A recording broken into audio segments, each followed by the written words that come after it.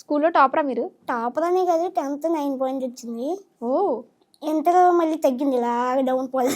Okay 700. డిగ్రీలో 6.7. Okay అంతే, అలా డౌన్ అయిపోయింది, మనకి ఇంట్రెస్ట్ పోయింది.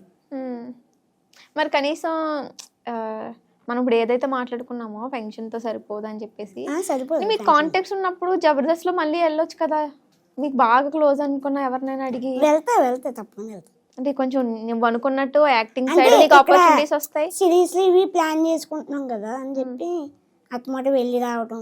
ఇంకోటి ఏంటంటే మేము చేసిన హైదరాబాద్లో నాకు వాటర్ పడలే. ఓకే, అంటే నల్లగా అయిపోయాయి. హెయిర్ మొత్తం తీసుకున్నాం, కలర్ పోయింది, హెయిర్ పోయింది, హెయిర్ ఫాల్ అయిపోయింది ఫుల్గా.